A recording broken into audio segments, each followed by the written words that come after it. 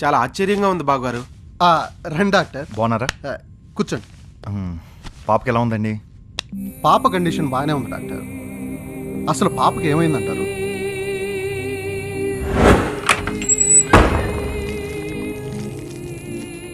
నాకు చాక్లెట్ కావాలి అంకుల్. నీకు లేదుగా? ఎందుకు? నువ్వు బ్యాడ్ గర్ల్ కదా. నేను బ్యాడ్ గర్ల్ని కాదు అంకుల్, గుడ్ గర్ల్ని. గుడ్ గర్ల్ అయితే టైంకి నిద్రపోవాలి, టైంకి తినాలి కదా. అవన్నీ నువ్వు చేయట్లేదు కదా, అందుకే బ్యాడ్ గర్ల్. అదేం కాదు అంకుల్, నాకు నిద్ర వస్తుంది కానీ నేను పడుకుంటే వాడొచ్చి నన్ను తీసుకెళ్ళిపోతాడు అంకుల్. వాడెవడు? వాడు ఎవడో నాకు తెలియదు అంకుల్. అమ్మ చెప్పిన కథలు బుచ్చిలా ఉంటాడు. చా, వాడి కోసమే ఇన్ని రోజుల నుంచి ఎదుగుతున్నాను. వాడు నీ కల్లో ఉన్నాడా? నెక్స్ట్ టైం నువ్వు నాకు హెల్ప్ చేయాలి, ఓకేనా? నిద్రపోయినప్పుడు వాడు నీ కల్లోకి వచ్చాడనుకో, నువ్వు నన్ను పిలువు, వెంటనే వాడిని ఎత్తుకెళ్ళిపోతా. ఏంటంటావు? వాడిని పట్టిస్తే నాకు చాక్లెట్ ఇస్తారు కదా. ఒక్కటేంటి, ఒక డబ్బా నిండా చాక్లెట్స్ ఇస్తా, ఓకేనా? Okay uncle. అది జరిగింది. అర్థం కావడం లేదు డాక్టర్. మనం ప్రతిరోజు చాలా విషయాలు గమనిస్తూ ఉంటాం, చాలా విషయాలు చూస్తూ ఉంటాం, చాలా విషయాలు వింటూ ఉంటాం. మనకు తెలియకుండానే మన సబ్కాన్షియస్ మైండ్లో అవన్నీ స్టోర్ అయి ఉంటాయి. మన ప్రమేయం లేకుండానే మెదడు వాటి గురించి ఆలోచించడం మొదలు పెడుతుంది. అలా కొత్త విషయం చూసిన మెదడు మొదట ఆలోచిస్తుంది, తర్వాత ఊహించుకుంటుంది. ఐ మీన్ ఇమాజినేషన్ అనమాట. ఫర్ ఎగ్జాంపుల్, ఒక టీనేజ్ కుర్రోడు కొత్త బైక్ మార్కెట్లో చూసి ఇంప్రెస్ అయ్యాడు అనుకోండి. ఆ బైక్ తందైతే బాగుంటుంది, ఆ బైక్ పైన వెళ్తే బాగుంటుందని మెదడు ఊహించుకుంటుంది. దాని తర్వాత మనం ఆ బైక్ పైన ఉన్నట్టు ఊహించుకొని మైండ్ ఆనందంతో, అలాగే మనం రోడ్డు పైన వెళ్తుంటే సడన్గా ఓ పెద్ద యాక్సిడెంట్ అయిందనుకోండి. ఆ యాక్సిడెంట్ నాకే అయిందని మైండ్ ఊహించి ఆలోచించి మనని కంగారు పెట్టి భయపెడుతుంది. అలా మనకి ఇష్టమైనవి, భయం, బాధ కలిగించేవి ఏమైనా సరే చూసినప్పుడు మైండ్ ఆలోచించడం ప్రారంభిస్తుంది. దీనికి వయసుతో సంబంధం లేదు. చిన్నవాళ్ళు, పెద్దవాళ్ళు, అంతెందుకు ప్రతి ఒక్కరిలో ఇలాంటి ప్రవర్తన సర్వసాధారణం. కానీ కొన్ని విషయాల్లో మాత్రం మన బ్రెయిన్ స్టోర్ చేసుకుంటుంది, ఐ మీన్ భద్రపరుచుకుంటుంది. ఇక్కడ ఫర్ ఎగ్జాంపుల్, మన పిల్లల్ని నిద్రపుచ్చేటప్పుడు మారాన్ చేస్తే నిద్రపుచ్చడానికి కథలు చెప్తూ ఉంటాం. మన అమ్మమ్మలు, నానమ్మలు చెప్పిన కథలే వాళ్ళకి చెప్తూ ఉంటాం. వాటిలో దెయ్యాలు, ఆత్మలు, బూచోడు ఇలాంటి శక్తులు ఉన్నాయని చెప్తూ ఉంటాం. మనం కల్పించి చెప్పిన కథల్లోనే కొన్ని మాటలు మైండ్ పైన ప్రభావం చూపుతాయి.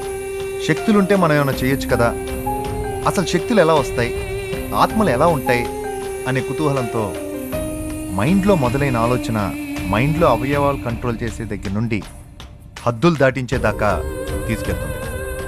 ఏ విషయం ఏదైనా కానీ మైండ్ ఆలోచించిన విషయం మాత్రం మనం నిద్రావస్థలో ఉన్నప్పుడు దాన్ని ఊహించుకుంటుంది. ఆ ఊహే మనకొచ్చే కలలు, కలవరింతలు. కానీ నిద్రలో మైండ్ అలా ఊహించుకోవడానికి పంచేంద్రియాల సపోర్ట్ కొంచెం తీసుకుంటుంది.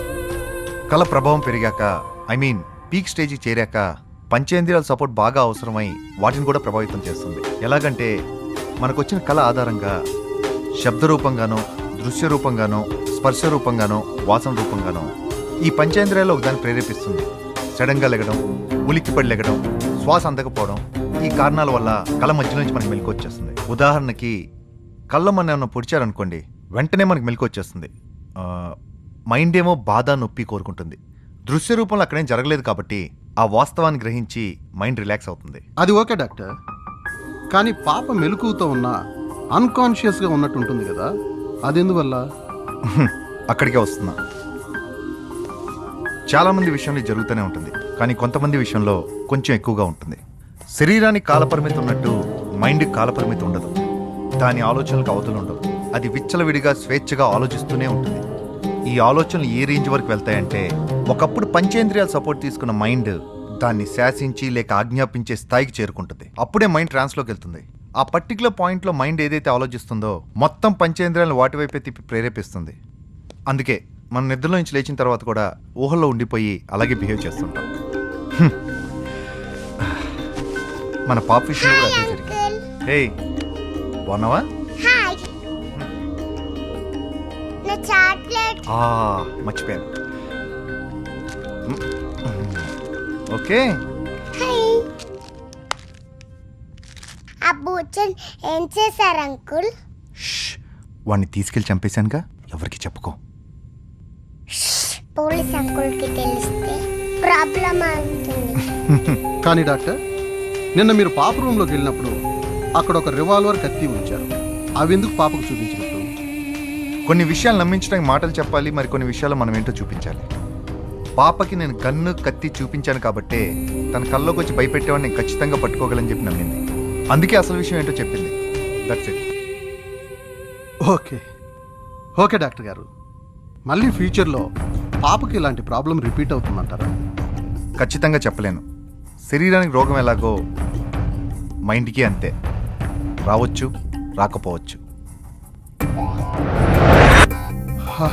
అందుకని ఏం పర్వాలేదు, పంపించవచ్చు. ఇవన్నీ సరే, ఒక 4 ఖైదీలను తీసుకురావడం, వాళ్ళని ఆ ప్యాలెస్లో ఉంచడం, వాళ్ళ శిక్షాకాలం తగ్గించేటట్టు చేయడం, ఇవన్నీ ఎలా మేనేజ్ చేస్తావు? నేను కాదు సార్, ఈ జిల్లా కలెక్టర్గా మీరు మేనేజ్ చేయాలి.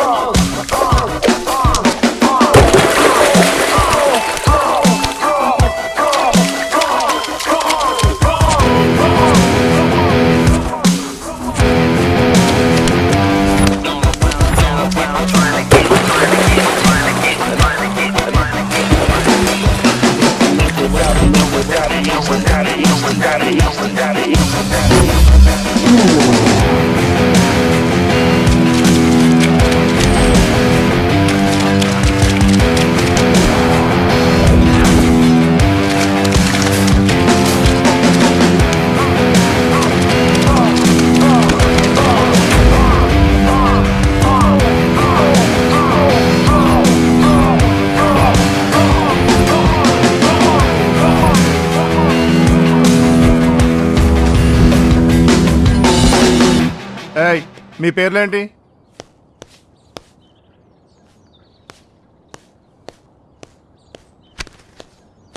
వీళ్ళకి సంబంధించిన ఫైల్స్ ఇవే సార్. ఏంటయ్యా వీళ్ళు ఇంత రాక్షసంగా ఉన్నారు? పేరు కూడా చెప్పట్లేదు. వాళ్ళని అలా అడిగితే చెప్పరు సార్.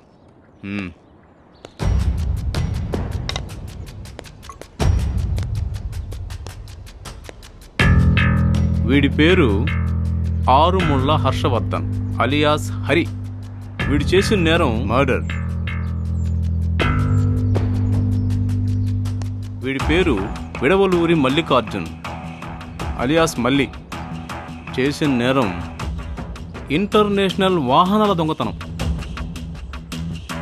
వీడింక 3 నెలల్లో రిలీజ్ కాబోతున్నాడు. వీడి పేరు అశోక చక్రవర్తి అలియాస్ చక్రం. వీడు చేసిన నేరం 294 సార్, రేప్ కేస్. మరొక 3 నెలల్లో వీడు రిలీజ్ కాబోతున్నాడు. వీడి పేరు రవీంద్ర నాయక్. అగ్గిపెట్టి ఇవ్వలేదని ఊరిని తగలబెట్టేశాడు. వీడు కూడా 3 నెలల్లో రిలీజ్ కాబోతున్నాడు సార్. అంతా బాగానే ఉంది, కానీ ఏదో సాదా చిన్న నెరగాళ్ళని చూడమంటే ఇంత క్రూరమైన వాళ్ళని చూసారేంటి? వీళ్ళ మొహం, వీళ్ళకంత సీన్ లేదు సార్. వీళ్ళ ఫ్లాష్ బ్యాక్ వింటే మీకే అర్థం అవుతుంది.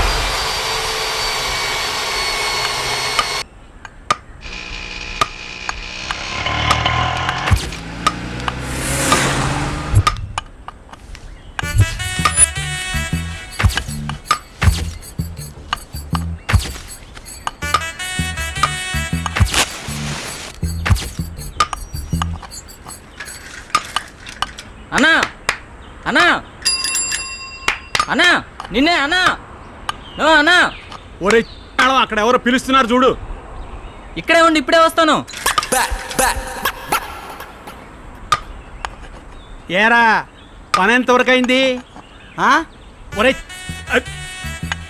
పని ఎంతవరకు అయింది? ఒక హెల్పర్ని ఇస్తే సాయంత్రం అయిపోద్ది. 4 చెక్కలకి బొక్కలేయటానికి హెల్పర్ కావాలా? మా కాలంలో అయితే చెట్లు కొట్టుకొచ్చి బొక్కలు వేసేవాళ్ళం. నో అన్నా, ఇప్పుడే వస్తాను. ఇలాంటి అడక్క తినేవాళ్ళతో చేరి రే మా యొక్క ముఖం చూసి నీకు పని ఇవ్వాల్సి వచ్చింది. లేకపోతే రోడ్ల మీద అడుక్కు తినాల్సి వచ్చేది. అన్నా నో ఇప్పుడే వస్తాను. ఎక్కడికి రా వచ్చేది? చచ్చావు నువ్వు ఈరోజు నా చేతిలో. కోపం వచ్చినట్టుంది.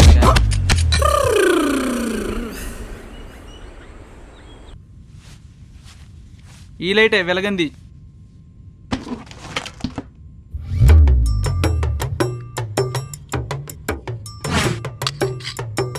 స్టార్టర్ మార్చినా వెలగట్లేదే. లైట్ మార్చి చూద్దాం. లైట్ పెట్టినా రావట్లేదే. జోక్ ఏమన్నా ప్రాబ్లమా? ఏమై ఉంటుందబ్బా? ఏం చేస్తున్నారా ఇక్కడ? ట్యూబ్ లైట్ రిపేర్ చేపిస్తున్నా సార్. ప్రాబ్లం లైట్లో కదరా, స్విచ్లో ఉంది. ఆ?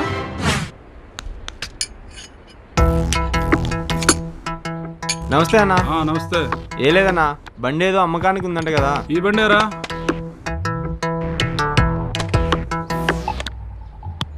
రేట్ ఎంతన్నా? 25,000. అబ్బో, నా దగ్గర 20,000 ఉన్నాయి. 25,000 అంతకంటే తగ్గించేది లేదు. చూడన్నా ప్లీజ్ అన్నా, నా దగ్గర 20,000 ఉన్నాయి. అంతకంటే తగ్గిస్తే నేను ఆరిపోతా. నేను వెలిగిస్తాలే అన్నా.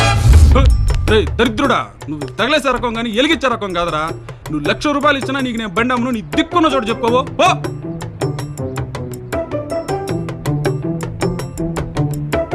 మీ దగ్గర అది చాలా ఉన్నాయంటగా. అదంటే అదే బాస్ మ్యాటర్. మ్యాటరా? అరే ఏంటి బాస్ నువ్వు బిఎఫ్